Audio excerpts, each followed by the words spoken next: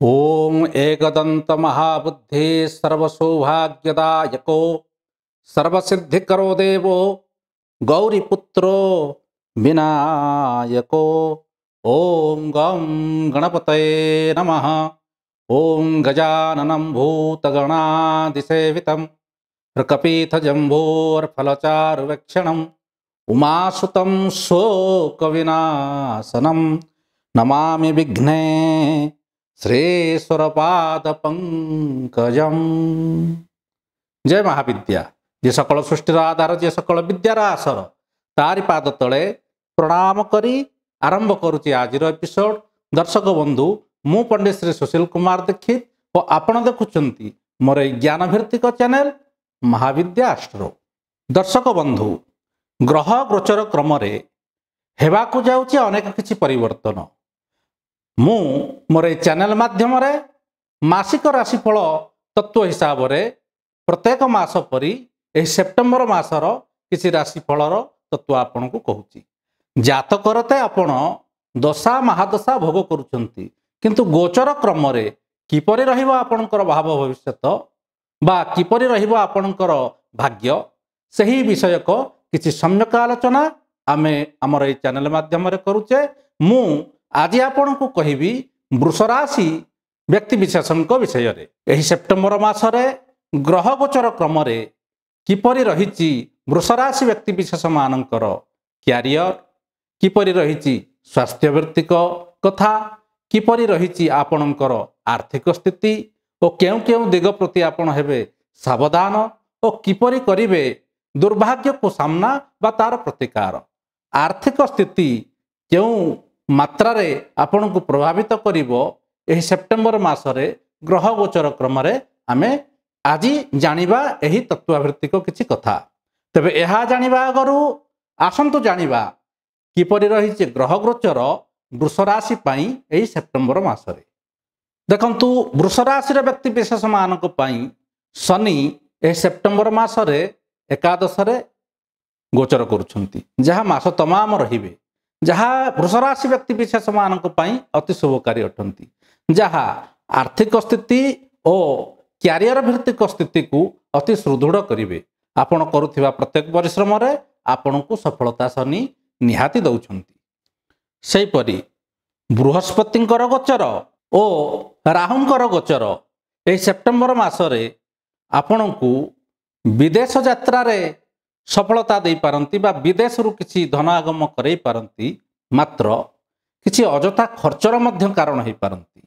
राहु आपण को अचानक किछि खर्च रे पकई दे पारे सेप्टेम्बर मासरे।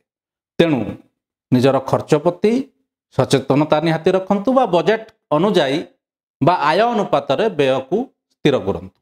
सही परि रविंकर गोचर को जदि आमे अनुमान करिबा, तेबे एही मासरे रवि मासर प्रथम चरण रे चतुर्थ और परवर्ती समय रे पंचम को गोचर करुथिबारु एहा आपणकर पारिवारिक स्थिति, प्रेम प्रणय स्थिति को प्रभावित करिवार देखा जाए।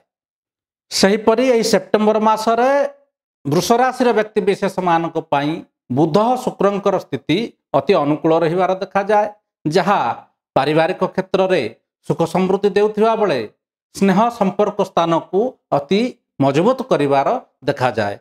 उचित बुद्धि उचित विवेक द्वारा एही मासरे आपण अनेक किछि डिसिजन नहीं आगकू गति करि पारुछंती। मंगलंकर स्थिति एही मासरे राशि रु पंचम षष्ठ स्थान को प्रभावित करुथिबारु आपणक भितरे अनेक किछि साहसिकता एही मासरे देखा देबो। शत्रुंक ठारु मध्य आपण जय लाभ करिवे बा शत्रु माने एही मासरे आपणक ठारे पराजय लाभ करिवार देखा जाए। दर्शक बंधु, एहा थिला वृष राशि व्यक्ति विशेषक पई सेप्टेम्बर मासरे ग्रह गोचर क्रम रे किछि सम्यक फल। तेबे एबे आसंतु जानिबा किपरि रहिछि एही 2025 मसिया सेप्टेम्बर मासरे वृष राशि व्यक्ति विशेष मानकर क्यारियर स्थिति बा व्यवसायिक स्थिति।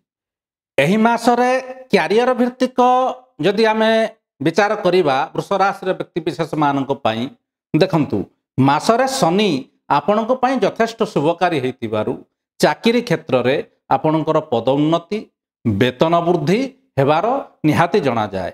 ସେହିପରି ଶନିଙ୍କର ଶୁଭ ଦୃଷ୍ଟି ଆପଣଙ୍କୁ ନିଜର ପରିଶ୍ରମର ପୂର୍ଣ୍ଣ ଫଳ ମଧ୍ୟ ଦେବାର ଦେଖାଯାଏ। ସେହିପରି ବ୍ୟବସାୟୀମାନେ ବ୍ୟବସାୟ କ୍ଷେତ୍ରରେ ମଧ୍ୟ ଉତ୍ତମ ଫଳ ପାଉଛନ୍ତି।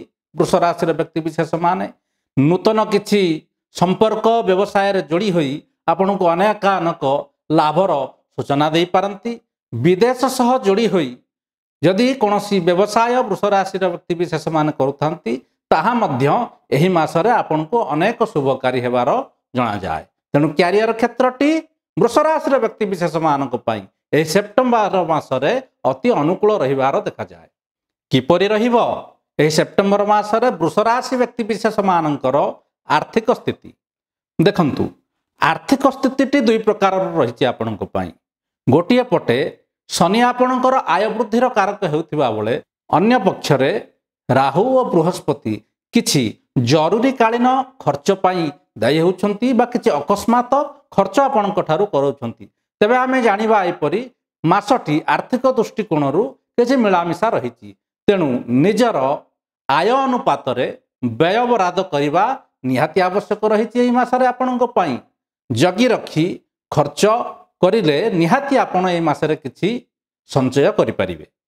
କିପରି ରହିବ ଏହି ସେପ୍ଟେମ୍ବର ମାସରେ ବୃଷ ରାଶିର ବ୍ୟକ୍ତିବିଶେଷମାନଙ୍କର ପ୍ରେମ ସମ୍ବନ୍ଧ ବା ପାରିବାରିକ ସୁଖ ଶାନ୍ତି?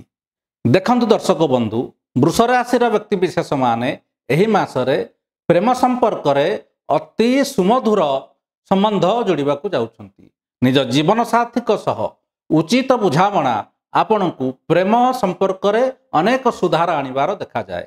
ସେହିପରି ବୈବାହିକ କ୍ଷେତ୍ରରେ ବା ଦାମ୍ପତ୍ୟ କ୍ଷେତ୍ରରେ ମଧ୍ୟ ବୃଷ ରାଶିର ବ୍ୟକ୍ତିବିଶେଷମାନେ ଅନେକ କିଛି ସୁସମ୍ପର୍କ ଯୋଡ଼ି ହେବ ବା ଅନେକ କିଛି ମଧୁରତା ଯୋଡ଼ି ହେବାର ଦେଖାଯାଏ। ଅବିବାହିତ ଥିବା ଅନେକ କିଛି ବୃଷ ରାଶିର ବ୍ୟକ୍ତିବିଶେଷମାନଙ୍କ ପାଇଁ କିଛି ନୂତନ ପ୍ରସ୍ତାବର ଆଗମନ ରହୁଥିବାରୁ ବିବାହ ବନ୍ଧନରେ ଆବଦ୍ଧ ହେବାର ସୁଯୋଗ ନିହାତି ଦେଖାଯାଏ। ପାରିବାରିକ ସୁଖ ସମୃଦ୍ଧି ବଳବତ୍ତର ରହୁଥିବାରୁ ଆପଣ ନିଜ ପାଇଁ ଏହି ମାସରେ ଯଥେଷ୍ଟ ସମୟ ଦେଇପାରିବେ ବା ପରିବାର ପାଇଁ ଯଥେଷ୍ଟ ସମୟ ଆପଣ ଏହି ମାସରେ ଦେଇପାରୁଛନ୍ତି। କିପରି ରହିବ ସ୍ୱାସ୍ଥ୍ୟ ଭିତ୍ତିକ ବ୍ୟବସ୍ଥା ବୃଷ ରାଶି ବ୍ୟକ୍ତିବିଶେଷମାନଙ୍କର ଏହି ସେପ୍ଟେମ୍ବର ମାସରେ ତାହା ଜାଣିବା ଯଦି ମାସଟି ସ୍ୱାସ୍ଥ୍ୟ କ୍ଷେତ୍ରକୁ ନେଇ ସାମାନ୍ୟ ରହିବାର ଦେଖାଯାଏ। ବିଶେଷ କିଛି ସ୍ୱାସ୍ଥ୍ୟ ଭିତ୍ତିକ ସମସ୍ୟା ଆପଣଙ୍କର ନାହିଁ। ତଥାପି ବାସନା ଓ କାମନା ଭିତ୍ତିକ କିଛି ଅନୁଚିନ୍ତା ଆପଣଙ୍କ ମନରେ ଲାଗି ରହିପାରେ।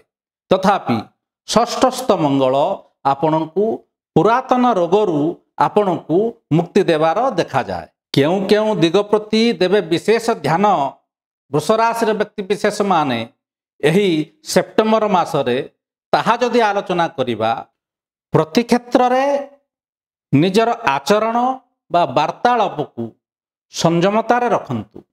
କାହିଁକି ନା ରବିଙ୍କର ସ୍ଥିତି ମାସରେ ଆପଣଙ୍କର ବାକ୍ ସଂଯମତାରେ କିଛି ଅହଙ୍କାରୀ ସ୍ୱଭାବ ଆଣିଦେବାର ଦେଖାଯାଏ, ଯେଉଁଥିପାଇଁ ଆପଣଙ୍କୁ କିଛି ଅପର ସ୍ଥିତି ଦେଖିବାକୁ ପଡ଼ିପାରେ। ତେଣୁ ଏଥିପ୍ରତି ଧ୍ୟାନ ନିହାତି ଦିଅନ୍ତୁ। ଯେକୌଣସି କାର୍ଯ୍ୟ କରିବା ଆଗରୁ ସ୍ଥିରଚିତ ହୋଇ ବ୍ୟସ୍ତତା ଓ ଅସ୍ଥିରତା ଠାରୁ ଦୂରେଇ ରହି ବିଚାର ବିମର୍ଶ ପୂର୍ବକ କାର୍ଯ୍ୟଟିକୁ ହାତକୁ ନିଅନ୍ତୁ ବା କାର୍ଯ୍ୟଟିକୁ କରନ୍ତୁ। ଏଥିପ୍ରତି ଧ୍ୟାନ ନିହାତି ଦିଅନ୍ତୁ। ମାସରେ କିଛି ଅଶୁଭ ଗ୍ରହଙ୍କର ଅଶୁଭ ପ୍ରଭାବ ଚାଲୁଥିବାରୁ ଶନିବାର ମଙ୍ଗଳବାର ହନୁମାନଙ୍କର ଦର୍ଶନ କରନ୍ତୁ। ହନୁମାନ ଚାଳିଶା ପାଠ, ସୁନ୍ଦରାକାଣ୍ଡ ପାଠ ମାସରେ ଆପଣଙ୍କ ପାଇଁ ଶୁଭକାରୀ ହେବ। ଓମ୍ ହୁମ୍ ପବନ ନନ୍ଦନାୟ ନମଃ ଏହି ମନ୍ତ୍ରଟିକୁ ଯଥେଷ୍ଟ ଜପ କରନ୍ତୁ। ଦେଖିବେ ମାସଟି ଆପଣଙ୍କ ପାଇଁ ଅତି ମଙ୍ଗଳମୟ ହେବ। ରହୁଛି, ନମସ୍କାର।